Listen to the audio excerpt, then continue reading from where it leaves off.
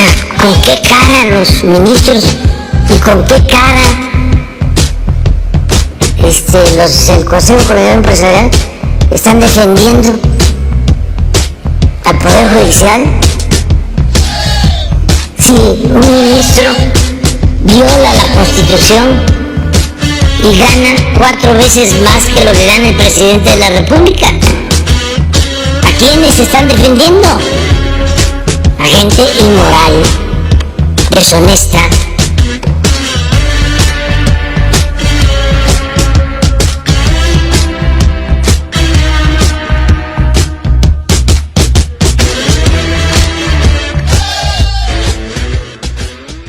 En el caso de la salud, este es un pendiente que tengo de que antes de que termine el tiempo ese que me queda, quiero dejar un sistema de salud pública de primera.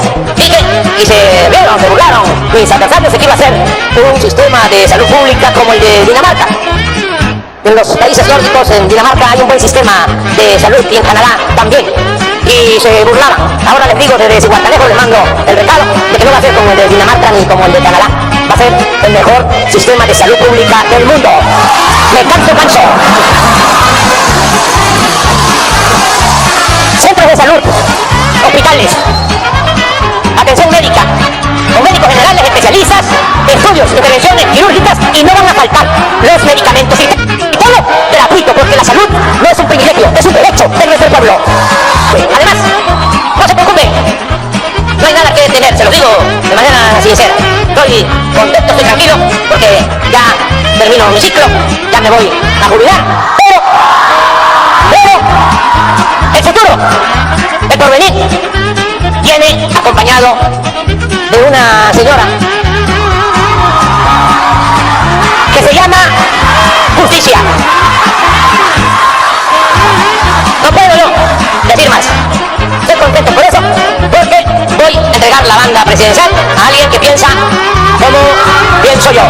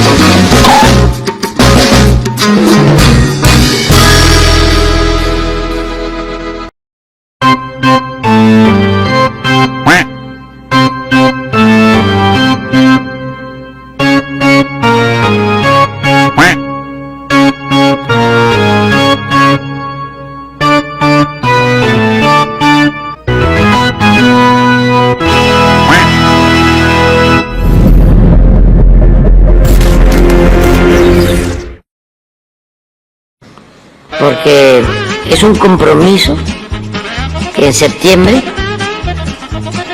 vamos a tener el mejor sistema de salud pública del mundo. Ya lo dije, el que ría lo último ríe mejor, porque se burlan los conservadores, como ellos no creen en la salud pública ni en la educación pública.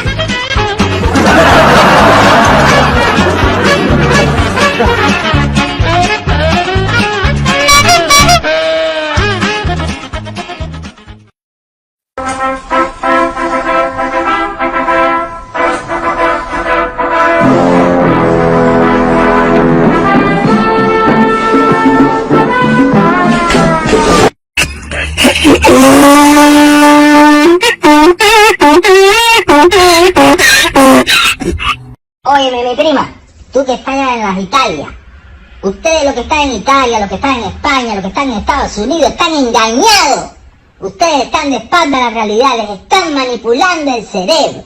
Aquí en Cuba estamos bien, no nos falta de nada, tenemos la mejor vacuna del mundo, somos potencia, gústate o no. No me gusta eso que estás diciendo, mi prima, en las redes sociales, proyectándote más del gobierno.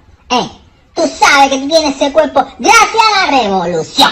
Sí, gracias a la revolución. Tú no puedes estar diciendo eso. Y gracias a la revolución nosotros hemos tenido grandes logros. Pero bueno, mi prima, cambiando de tema, tú sabes que hay recarga. Sí. Si tú pones 20 me llegan 50. Y ya de paso, mi prima, ya tú sabes. Oye, mira, cuando tú vengas, hazme el favor, revolucionariamente tráeme unos Nike que me hacen falta. El número 45. Se te quiso. Sí. Yo revolucionaria a tope. Mi revolución primero. Ajá. ¿Cómo? ¿Que tú no me vas a mandar el dinero? Entonces, ¿tú sabes por qué yo no puedo vivir de mi sueldo en Cuba? Por culpa del bloqueo. Por culpa de Biden. Que nos tiene bloqueados. Sí, yo sé que Canel come langosta y toda esa gente, pero la langosta es tóxica. Eso te puede intoxicar. La revolución nos ha criado fuerte. Y tú llegaste a Italia con ese cuerpo gracias a la revolución. Que nunca se te olvide. Sí. ¿Cómo?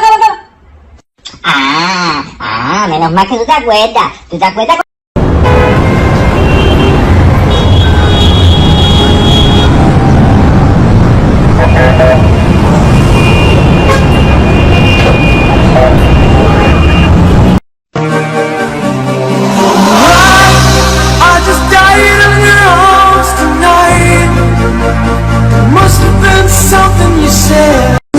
Ayer estuvimos esperando. Yo trabajo en una cocina.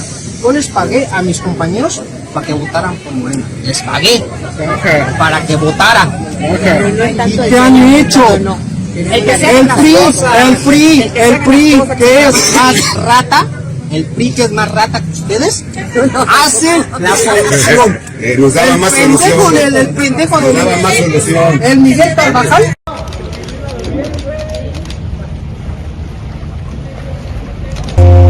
Ya está unos 80 centímetros en la casa de nosotros, ya se colapsó todo, el drenaje, la cisterna, tenemos colapsada totalmente la cisterna, tenemos los muebles ya nadando, refrigerador, estufa, sala, comedor, las camas, ya todo eso se nos ha echado a perder. Le hacemos un atento llamado a las autoridades federales porque las estatales y municipales no se dan abasto. Desgraciadamente hemos sido olvidados totalmente por las autoridades federales, no han dado solución en nada. Las autoridades estatales y municipales no se dan abasto. Se pudo evitar dando mantenimiento a la red de drenaje, pero las autoridades municipales prefieren hacer eventos que no tienen caso.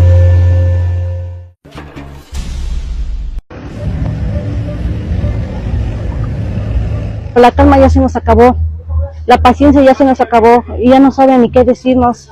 Mire, lo que no nos quieren dar, que no nos den nada, pero que nos resuelvan esto, que nos quiten toda el agua. Tenemos ya 2 plantas potabilizadoras de agua, estamos con embarcaciones trasladando a las personas a sus casas, les llevan comida en la mañana. Vino la gobernadora Delfina. Ahora la gobernadora hizo un comentario tan feo que dijo que para qué compramos aquí. Mi pregunta es, ¿en qué momento el gobierno permitió que se vendiera si se iban a venir estos problemas de drenaje? Llevamos 16 días en esta podredumbre. ¿Ustedes creen que esto es justo? De verdad, señor presidente Andrés Manuel López Obrador, le pedimos, le suplicamos que venga a nuestro auxilio, porque su presidente de este municipio no hace nada. El pueblo los necesita ahora, no mañana. Ya perdieron todo, ¿qué más quieren? Que pierdan vidas para que pongan el pie en el renglón y nos den una solución ya real. Esta noche en satélite, todo inundado. Son 1, 2, 3, 4 carros.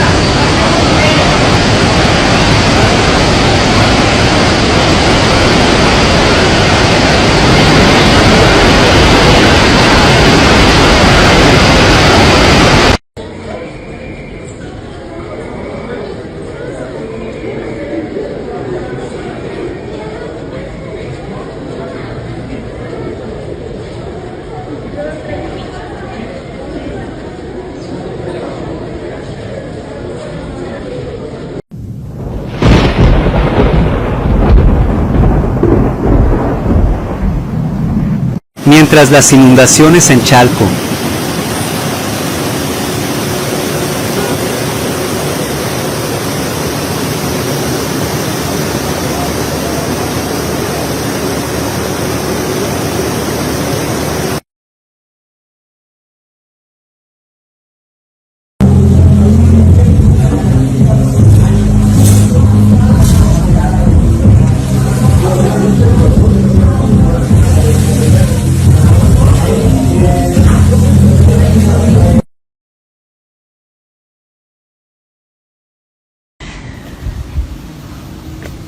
Acá yace Juan García, que con un fósforo un día fue a ver si gas había.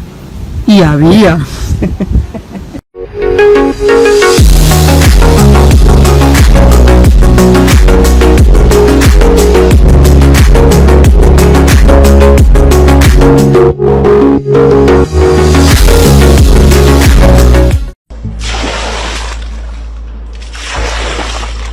Y es agua, pero ya de coladera, ya no es de lluvia. De comer con ese olor, estar ahí con ese olor, pues sí es horrible, ¿no? Esta es la normalidad en Chalco. Al menos lo ha sido durante los últimos 13 días. Más de 600 familias viven entre aguas negras. Ayer los niveles bajaron un poco, pero por la noche volvió a llover. Lo suficiente para agravar la situación. Pues se baja el agua y vuelve a llover, por muy mínima que sea la lluvia, otra vez vuelve a subir el agua, pero cada vez más. O sea, ya no sabemos ni qué hacer.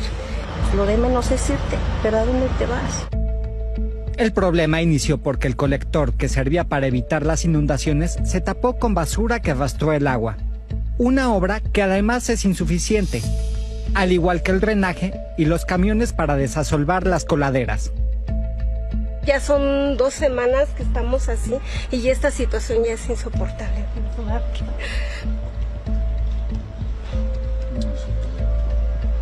Nos está rebasando esta situación.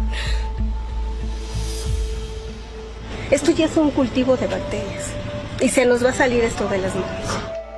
María Isabel vive en la calle Mexicas de la colonia Culturas de México. La entrada a su casa está completamente inundada de aguas negras. El baño, lo mismo. Condiciones totalmente insalubres. Esta tarde, los vecinos llevaron su reclamo a un módulo de protección civil de autoridades de Chalco y del Estado de México. Somos seres humanos, es injusto. Ustedes van a ser responsables de muertes. Aquí estamos trabajando, vivo en la porquería. Ahorita estamos así porque nos cae toda la mierda de aquel lado. Ya no nos tomen el pelo como tontos. Ya estamos hartos de vivir en la mierda, de no cagar, de no miar, de no comer, de no bañarse, de no dormir. Los vecinos de Chalco están hartos.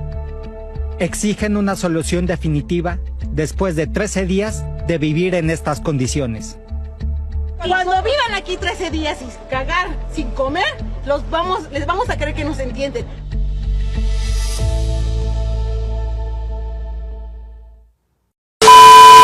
Mensaje dirigido a las autoridades mexicanas, a las organizaciones de los derechos humanos, a los medios de comunicación, al pueblo mexicano.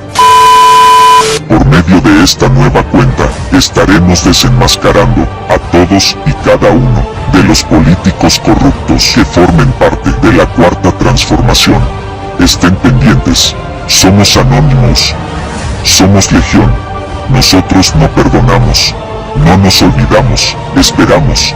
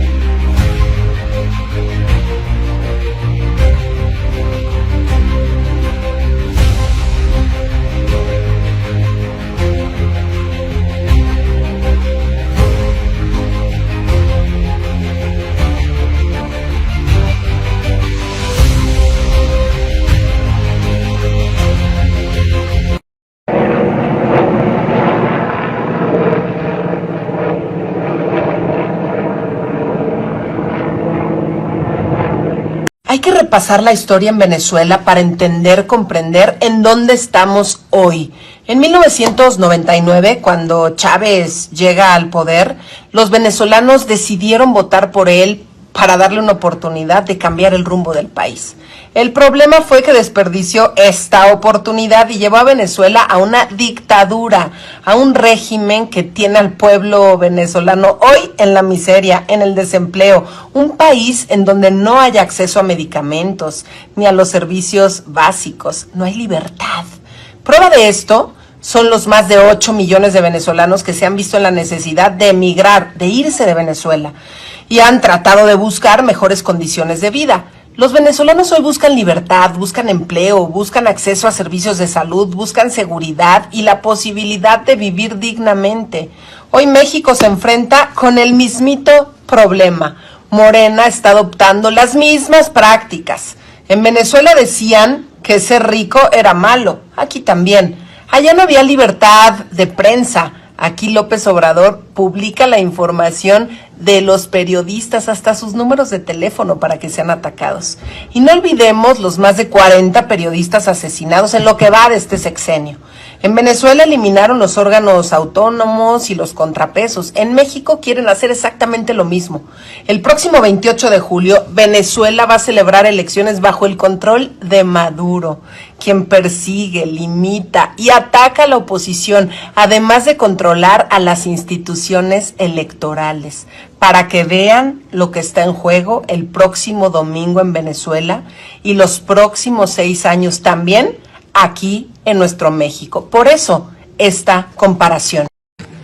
Señoras y señores, amigos todos, lamentablemente, la experiencia de la región en relación con la merma de la independencia judicial, como una de las vías para debilitar la división de poderes en nuestras democracias constitucionales, nos enciende focos rojos.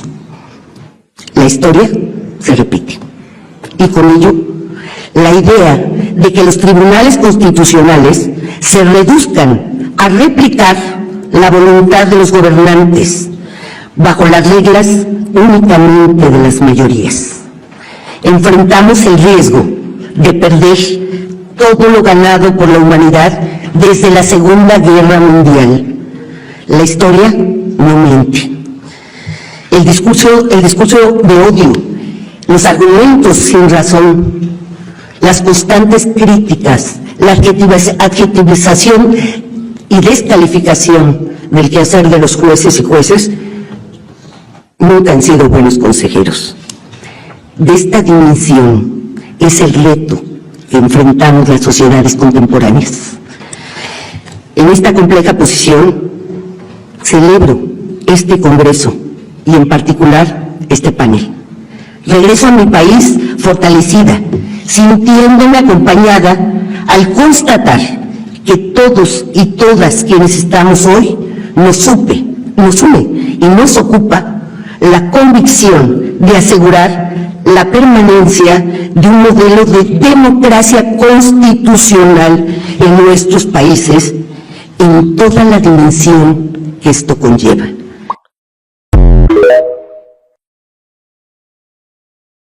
Está bien que le eche la culpa a Duarte, pero no se va a pasar toda la vida, nada más echándole la culpa a Duarte sin hacer nada, porque no ha hecho absolutamente nada en beneficio de Chihuahua. Al contrario, hay cosas en que está peor ahora Chihuahua que cuando estaba Duarte. Ha crecido mucho la violencia en Chihuahua. No hay ningún programa preventivo, no se atiende a los jóvenes, no se apoya al campo, no se generan empleos, no hay bienestar. Puro protagonismo, ahí anda ahora de alcahuete, de matraquero, del canalla.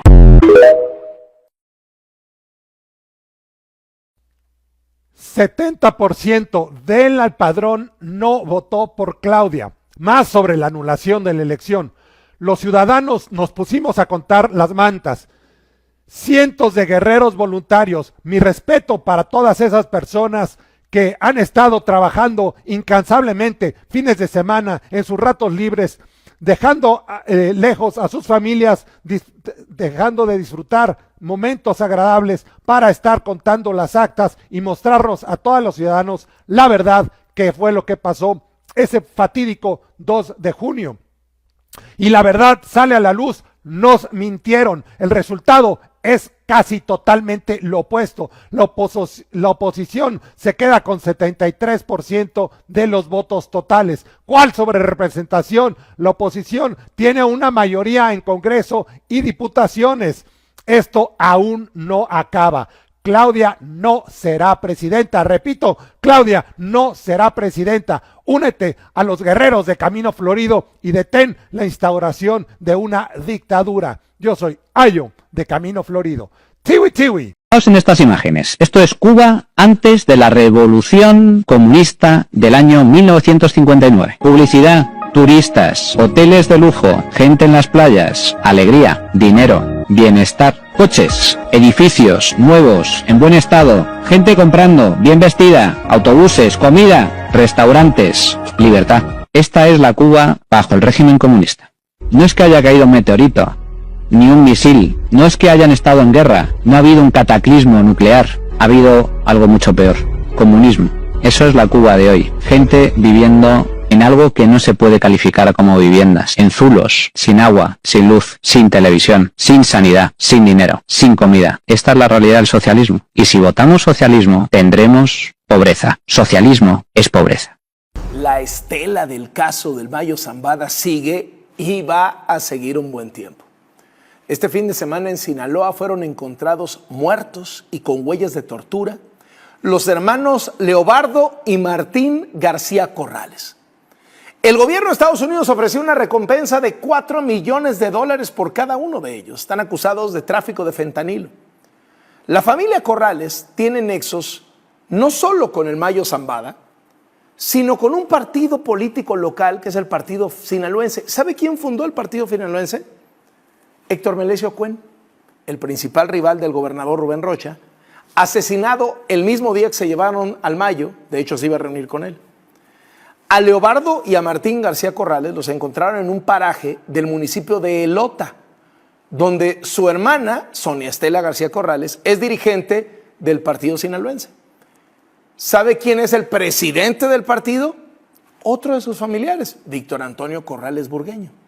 Y su hijo, Fausto Ernesto Corrales, era chofer de Héctor Melesio Cuen, fue con él al encuentro con el Mayo y desde entonces está desaparecido. Es considerado testigo clave porque presenció los hechos.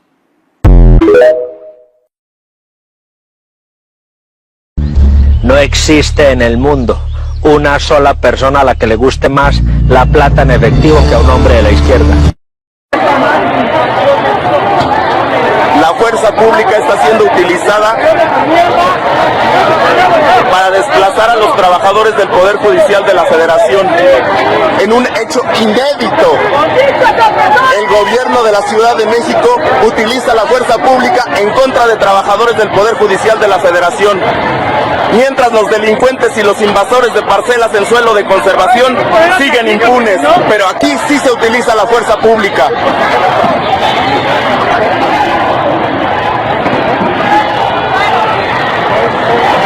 Este es el inicio de una dictadura encabezada desde el Poder Ejecutivo, que espera que las leyes sean aprobadas a modo. Como el Poder Judicial no ha cedido en la aprobación de esas leyes, el presidente y el Congreso de la Unión presionan al Poder Judicial para que sean aprobadas esas leyes a modo.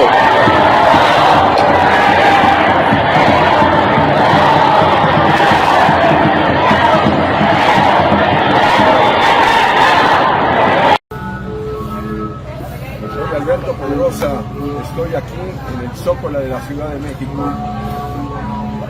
para manifestar lo sucedido el 2 de junio y el atraco de los cuatreros. Este es mi letrero y a la letra dice: exigimos la anulación el 2 de julio ante el más descarado robo electoral por los cuatreros, los Tadei, la Corchorrata, López y los morenarcos. Quieren anular al Poder Judicial. El Poder Judicial debe ser autónomo y es para proteger a los mexicanos del abuso del poder, y deben de ser los más capacitados con experiencia jurídica y constitucional, no al engaño comunista que pretende la señora Sheinbaum del voto popular y el despilfarro absurdo de 7,000 millones de pesos. Nos oponemos, queremos una nueva elección porque fue un fraude absoluto. Urnas embarazadas, extranjeros votando, muertos votando, fraude cibernético por la traidora de Tadei en el Instituto Nacional Electoral. El Instituto Nacional Electoral debe de ser imparcial y ahorita ya no es imparcial, es parcial tomado por una comunista. Queremos democracia y libertad. Un México progresa. Somos un país muy futbolero. Nos encanta el fútbol, pero somos apáticos en política. Este es nuestro mandantes constitucionales, artículo 39 constitucional. La soberanía nacional reside esencial y originariamente en el pueblo. Todo poder público dimana del pueblo y se instituye para beneficio de este, no de los hijos del dictador ni de sus secuaces, sino para beneficio del pueblo. México despierta, sal y defiende lo que en las urnas nos están robando, la democracia. No queremos el comunismo en México. Dios bendiga a México. Dios bendiga a México. Gracias. Gracias. El llamado de auxilio de Javier Corral fue atendido de inmediato por el fiscal de la Ciudad de México, Ulises Lara. Javier, ¿cómo le va? Estoy leyendo están tratando de ejecutar directamente una orden de aprehensión. De acuerdo con la Fiscalía de Chihuahua, el rescate encabezado por el fiscal de la Ciudad de México y una centena de hombres fuertemente armados llegó minutos después de que le leyeran sus derechos a Javier Corral.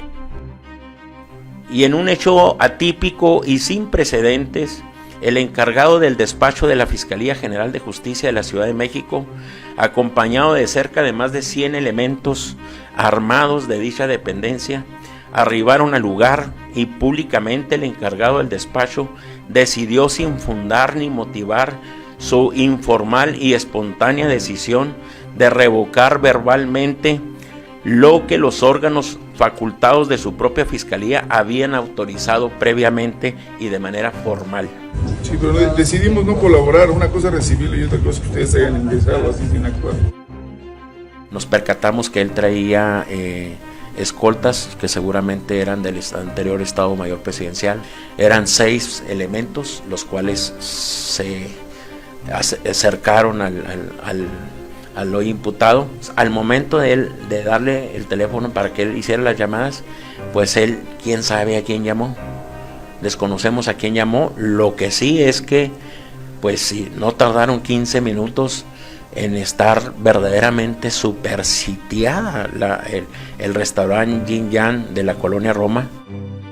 El propio fiscal de la Ciudad de México, Ulises Lara, publicó un mensaje en el que aceptó que él recibió directamente la llamada de Javier Corral y acudió a ayudarlo de inmediato. Ayer por la noche recibí una llamada de parte del equipo de Javier Corral Jurado, quien públicamente es conocido como exgobernador del estado de Chihuahua, en la que me denunciaban que al encontrarse en un restaurante de la Ciudad de México, personas armadas que dijeron ser elementos de la Policía de Investigación de la Fiscalía Anticorrupción de aquel estado, ingresaron al establecimiento con la finalidad de privarlo de su libertad bajo el argumento del cumplimiento de una orden judicial. Ante dicha denuncia telefónica, decidí corroborar con el jefe general de Policía de Investigación de esta Fiscalía si agentes nuestros acompañaban dicha diligencia.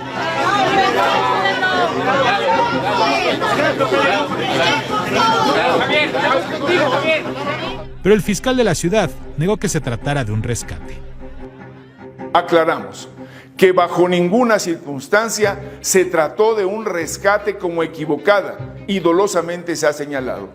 Y aseguró que la Fiscalía de Chihuahua no contaba con el oficio de colaboración para detener a Javier Corral en la Ciudad de México. Versión que el fiscal anticorrupción de Chihuahua descartó. Este es el convenio con el cual lo solicitamos. Esta es la autorización que nos da la Fiscalía de la Ciudad de México. Y sobre el rescate, que no fue rescate, el fiscal Ulises Lara contó cómo al final Javier Corral se fue de sus oficinas caminando. El señor Javier Corral decidió acompañarme con la finalidad de aclarar su situación jurídica a las oficinas de esta institución, en donde se retiró por propio pie al no contar esta fiscalía con algún documento o mandamiento judicial que ordenara su detención. Nosotros nos fuimos a la Fiscalía de la Ciudad de México para percatarnos de que allí lo tuviesen. De repente nos enteramos a las 9, por eso no salía, 9:55 de la mañana, que finalmente lo dejaron en libertad la Fiscalía de la Ciudad de México. Para nosotros, desde ayer, el exgobernador está declarado prófugo de la justicia del estado, en el estado de Chihuahua. Ellos son los hijos de la 4T. Son aquellos hijos de funcionarios que les fue muy bien en la administración de Andrés Manuel López Obrador. Y los hay de dos tipos. Aquellos que fueron colocados en buenos puestos en el gobierno y aquellos que, pues la verdad es que no trabajaron mucho. Pero como dice el dicho, los pusieron donde había y recibieron millones. ¿Les suenan los apellidos Bartlett, López Obrador, Monreal, Sheinbaum o Alcalde? Comencemos. ¿Qué hijos de funcionarios obtuvieron buenísimos puestos?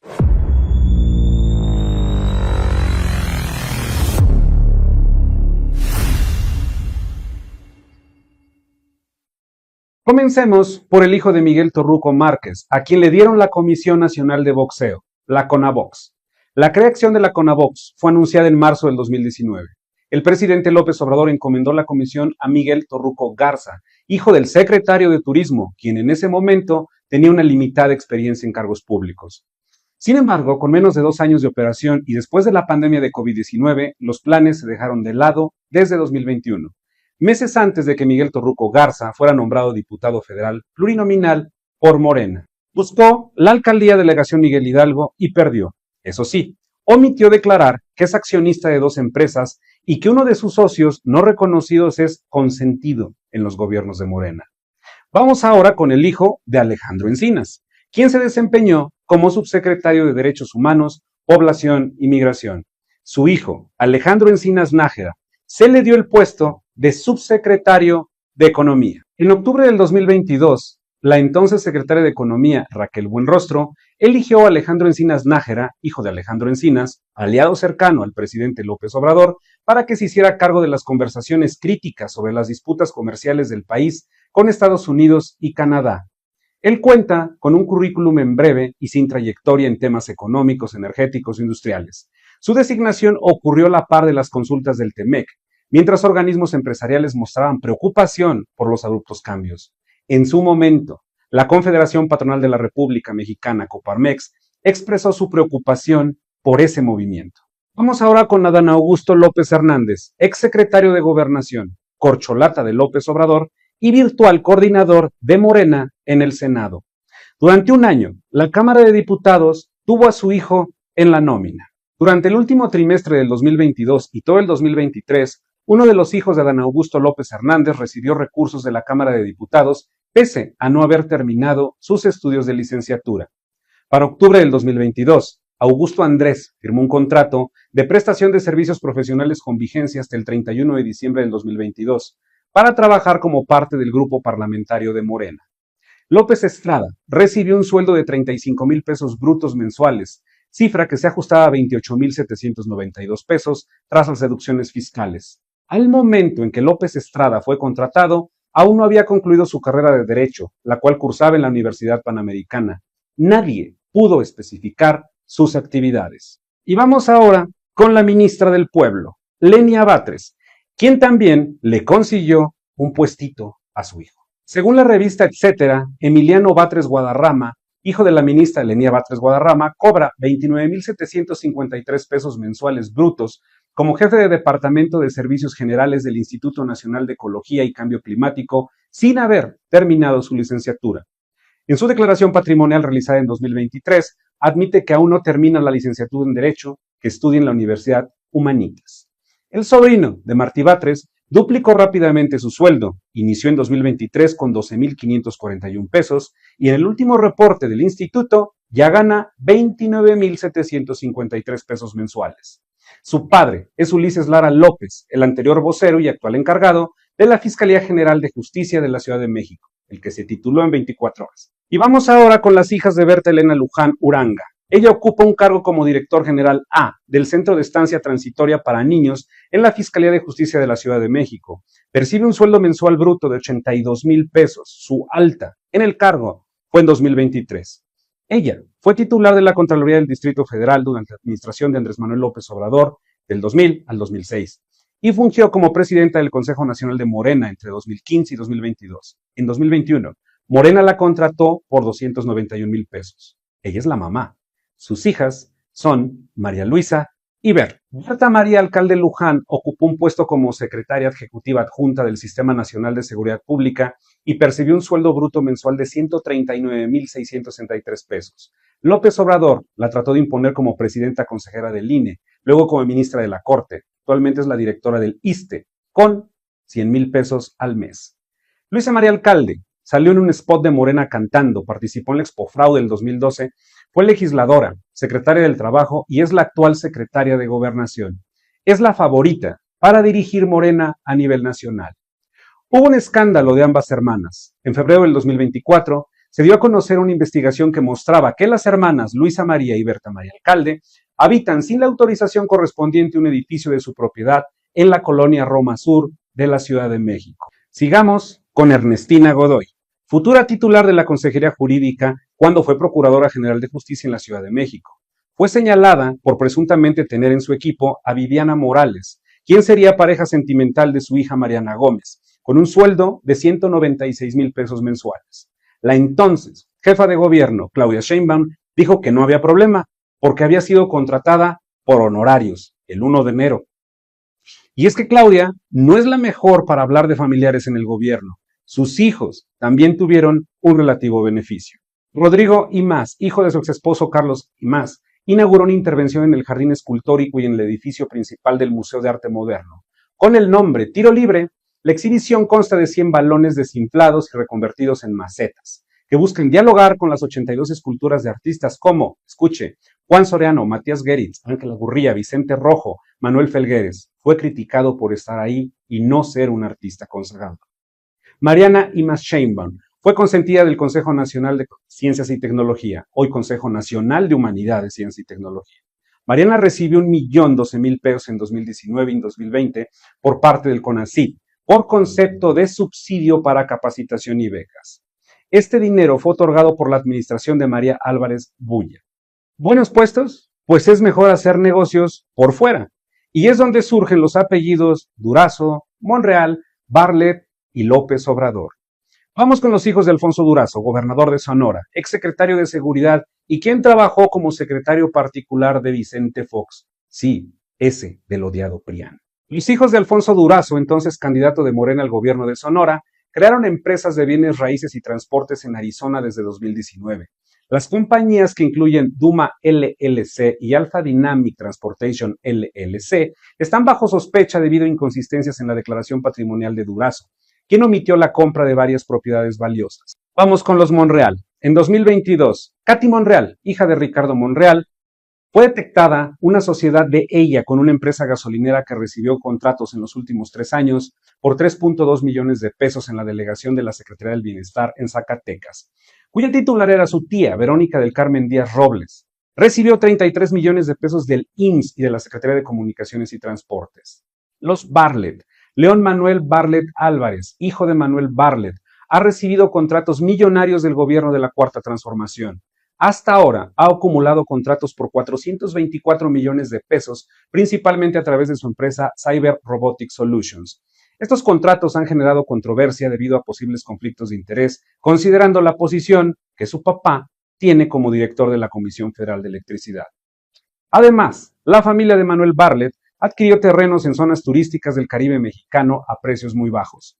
Estas adquisiciones realizadas entre 2011 y 2019 por su pareja Julia Lemus y su hijo León Manuel Bartlett Álvarez se beneficiaron del proyecto del Tren Maya. Compraron 164 hectáreas a precio cero.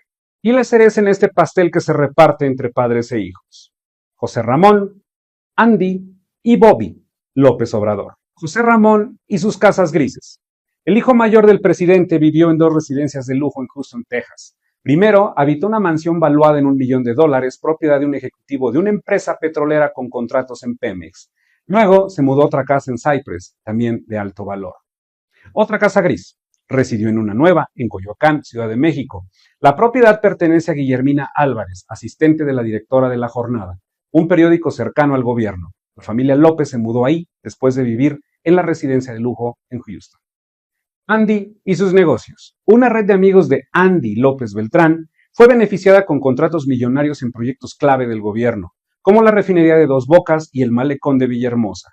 Esta red está implicada también en instituciones como fue el INSABI y Segalmex, donde se han registrado actos de corrupción millonarios.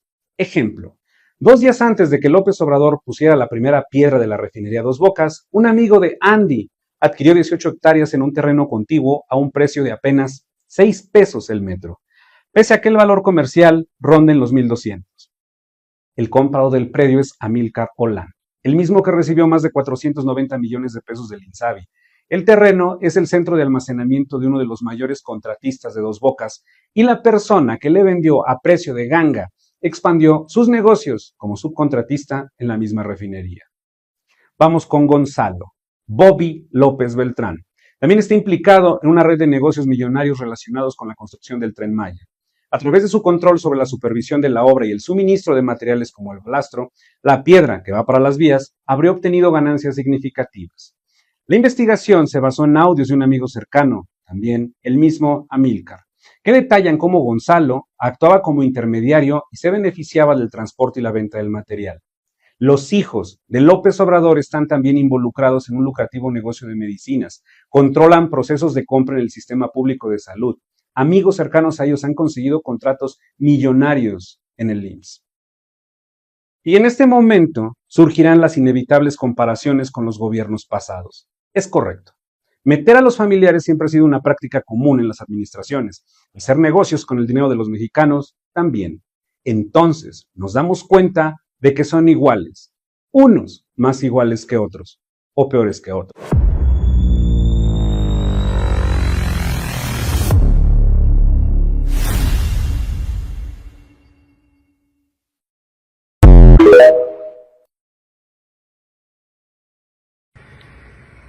Tengo una pregunta que no solamente me molesta a mí, sino a millones de mexicanos. Es para Alejandro Moreno. ¿Qué diablos hizo el PRI cuando las elecciones? ¿Qué estaban haciendo? ¿En dónde estaban ustedes cuando había que supervisar las casillas electorales en toda la República Mexicana, producto de las elecciones? Bueno, lo pensamos, ¿no? Lo que pasa es que también pensamos que lo habían pensado ustedes. Resulta que no hicieron absolutamente nada. Pero eso sí, ya ha sido reelecto presidente nacional del PRI. Te felicito, Alejandro. Eres un orgullo para los oportunistas. Y Marco Cortés, ¿tú qué estabas haciendo el día de las elecciones? ¿Mandaste supervisar las casillas electorales como te correspondía como partido político? Los mexicanos asumimos que lo habías hecho. Bueno, Alejandro, Marco, hoy nosotros como ciudadanos estamos haciendo el trabajo que ustedes debieron haber hecho hace 2 meses y 15 días. Estamos contando las actas a través de conteo actas 1@proton.me hasta el 10. Y estamos obteniendo resultados muy interesantes. No sé si sepan o si les interese, a ti, Alejandrito, a ti, Marquito, Xóchitl va ganando, pero ustedes ni siquiera se ocuparon de ello. Estamos haciendo lo que en Venezuela hizo María Corina Machado, pero al revés.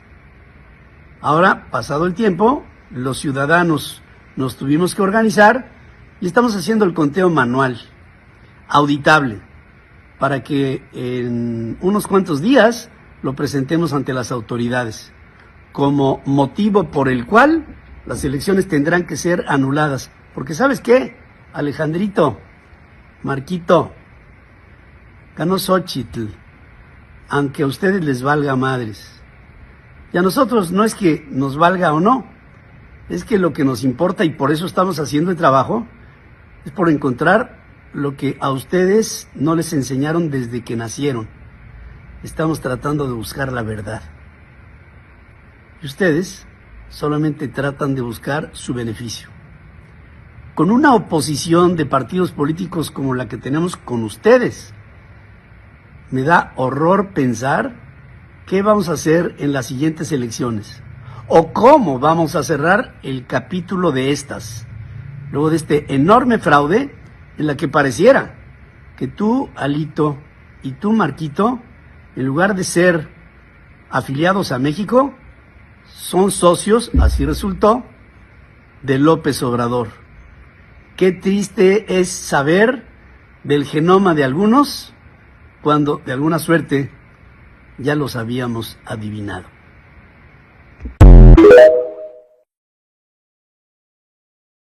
Odisea, burbujas, vamos a despegar hacia nuevos mundos que esperando están. Abre bien tus ojos, toma tu lugar y tus cinturones debes ajustar. Esto se piensa del presidente de México en el mundo. Se dan cariñitos de lejos, ni siquiera Trinidad y Tobago, Estados Unidos y Uruguay. Es decir, esto es una tajante demostración de que Nicolás Maduro ha quedado en total soledad. Nicolás se ha quedado solo. Nicolás se ha quedado solo. Y estos no son los únicos. Claro, hubo un puñadito por allí de países que sí lo apoyan. Bueno, del mismo Caimán. Caimán en el mismo pozo. Bolivia, Honduras, México, San Vicente y la Granadina. Pero San Vicente y la Granadina porque tienen, ¿sabe? Porque Maduro los tiene comprados a punta de petróleo. Más nada. Y México, bueno, es que ellos no estuvieron presentes. México ya conocemos a Andrés Manuel López Obrador. El hombre que ha apoyado el narcotráfico y se ha plagado. Pobre México. Es la época donde el narcotráfico ha tomado poder y ha crecido terriblemente. Los cárteles de México se han desatado con la presencia de Andrés Manuel López Obrador, que hace algunos días se detuvo un narcotraficante y el tipo se molestó porque le agarraron a un narcotraficante. Esa es la vergüenza y el malestar del pueblo mexicano. Bueno, ellos tampoco se hicieron presentes, no dicen nada, se lavan las manos como Pilato. Y en el caso de Honduras y Bolivia, ustedes saben que son caimanes del mismo pozo. Aquí no participó Nicaragua. Nicaragua, recuerdan ustedes que está fuera de la OEA. Es posible que Nicolás Maduro, comience a atacar a palo también a la OEA. Ustedes son sinvergüenza, todos son sinvergüenza. Yo no me equivoco, yo soy incólume.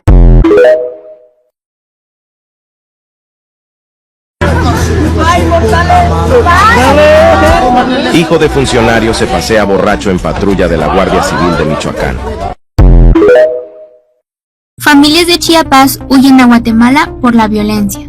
En las últimas horas, casi 600 personas de comunidades en la Sierra Madre de Chiapas han cruzado la frontera hacia Guatemala, huyendo de la violencia generada por el crimen organizado. Desde el 14 de julio, enfrentamientos entre bandas han obligado a familias a abandonar sus hogares, terrenos y cultivos. El martes 23 de julio, un grupo armado atacó el poblado de San José en Amatenango de la frontera, forzando a los residentes a escapar a pie por caminos de montaña. Los desplazados llegaron a la municipalidad de Cuilco, en el departamento de Huehuetenango, Guatemala, con apenas lo esencial. La gobernadora de Huehuetenango, Elsa Hernández, ha pedido apoyo humanitario urgente para estos refugiados, quienes necesitan albergues, alimentos y atención médica. Los funcionarios guatemaltecos están organizando ayuda, mientras que el gobierno de Chiapas aún no ha confirmado el desplazamiento. La situación es crítica. Abuelitos, niños y adultos buscan desesperadamente paz y seguridad tras huir de una región donde no encuentran apoyo.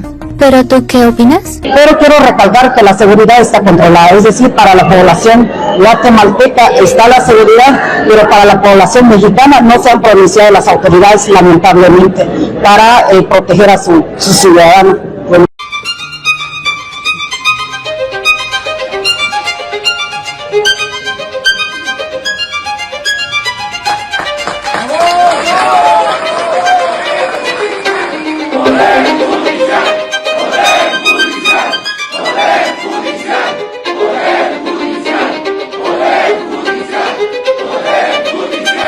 Las 5 razones por las que Américo Villarreal es acusado de narcogobernador. Tras la captura de Ismael Mayo Zambada en Estados Unidos, las declaraciones del narcotraficante, así como videos, grabaciones y testimonios de actores políticos, vinculan al gobernador de Tamaulipas, Américo Villarreal, con el crimen organizado. Américo, quien fungió como delegado de Morena en la elección en Sinaloa, aparece en los informes de agencias estadounidenses sobre narcopolítica y financiamiento ilícito de campañas. Estas son las 5 razones por las que se vincula al gobernador de Tamaulipas con el cártel de Sinaloa. Número 1.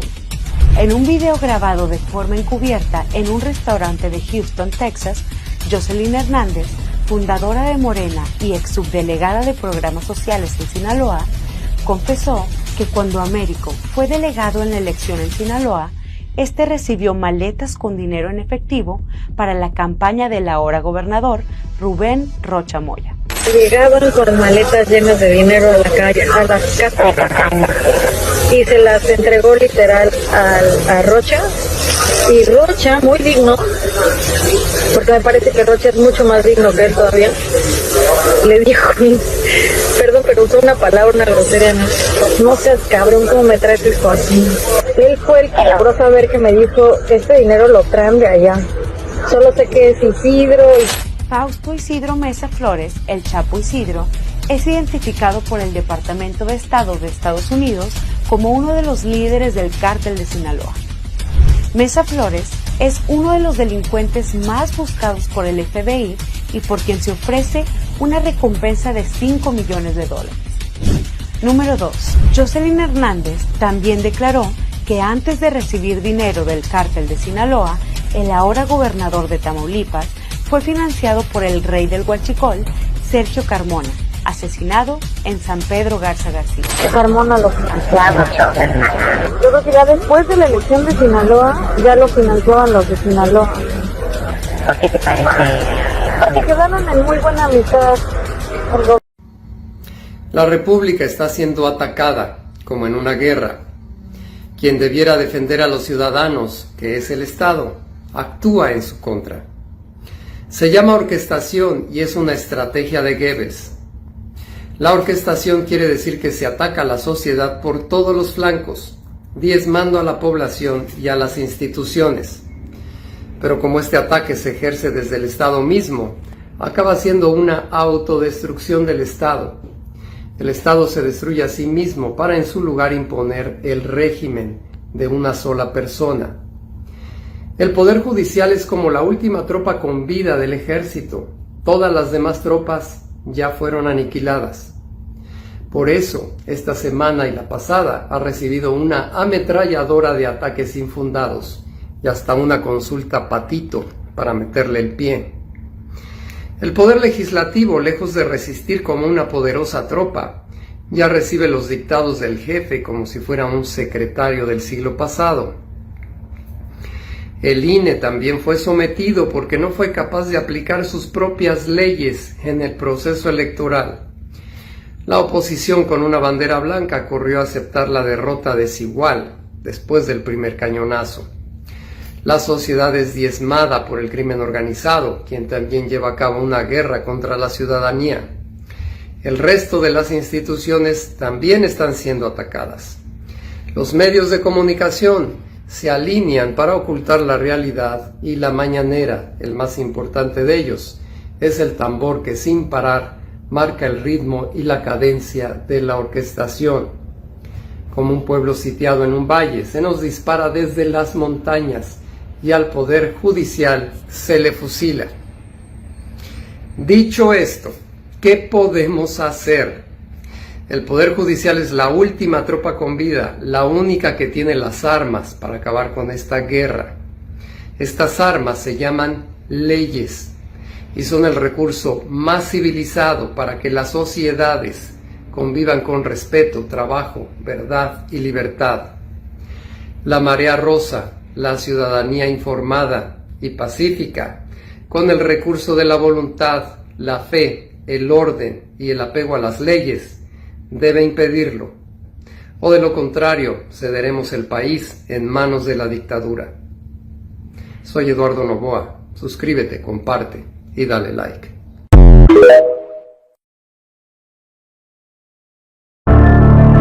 El Sindicato de Maestros, CENTE, la Reforma Educativa y Segalmex tienen algo en común, y es que millones de pesos de recursos públicos de esas instancias fueron desviados al mismo facturero.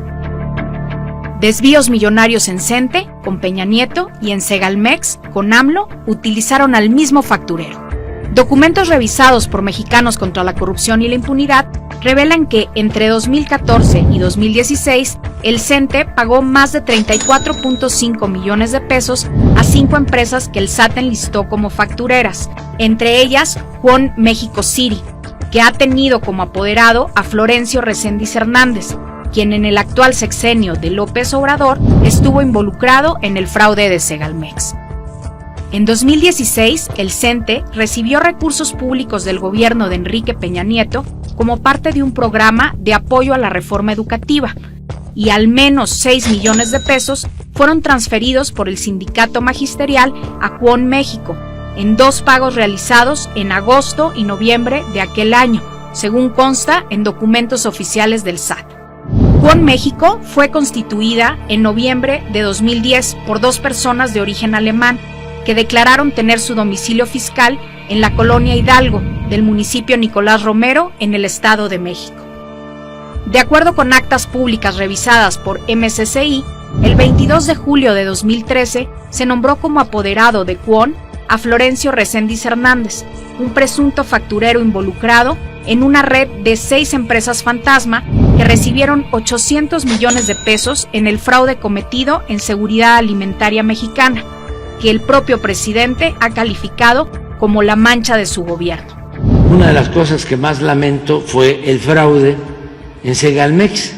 De ese monto, 325.7 millones de pesos fueron destinados a 2 empresas en las que Florencio Reséndiz es accionista o dueño, y 342.3 millones más a una tercera empresa en la que es representante de la Asamblea de Socios.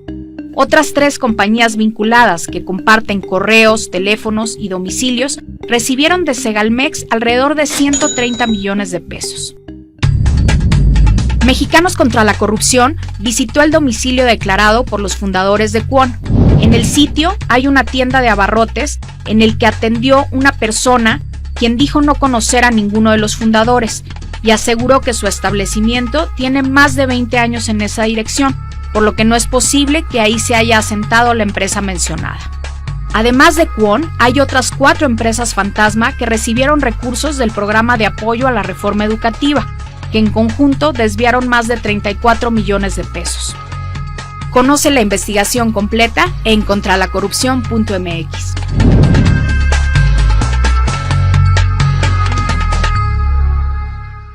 Mucho cuidado, te quieren hacer creer que en Suiza, Estados Unidos o Japón se eligen jueces con voto popular y esto es totalmente falso. Para empezar, en Estados Unidos no existe un solo juez federal elegido por voto popular. Además de que la comparación resulta totalmente ridícula, pues ellos tienen un sistema judicial totalmente diferente al nuestro.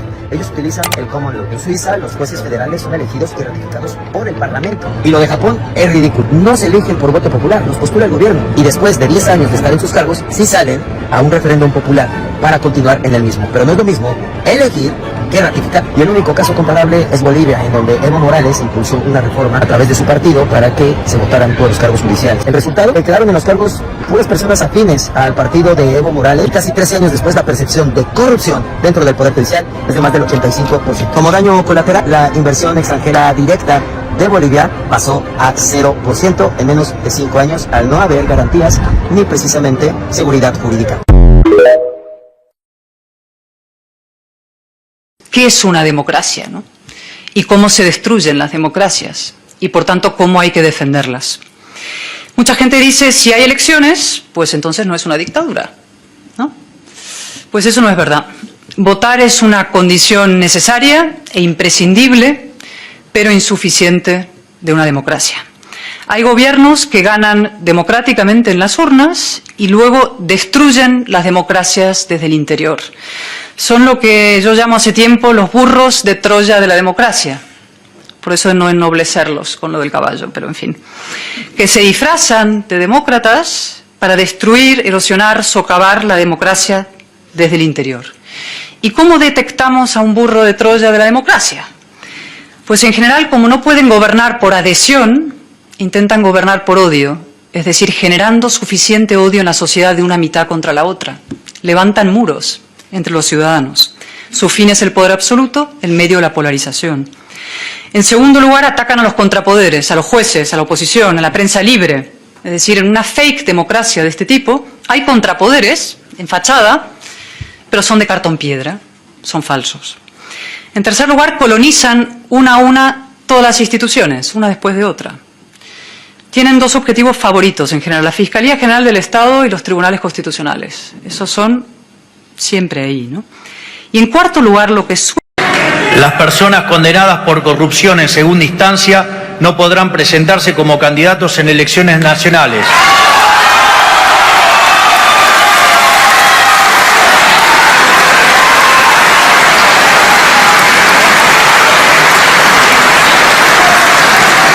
Además, todo exfuncionario público con condena firme en segunda instancia por delitos de corrupción perderá automáticamente cualquier beneficio que tenga por haber sido funcionario.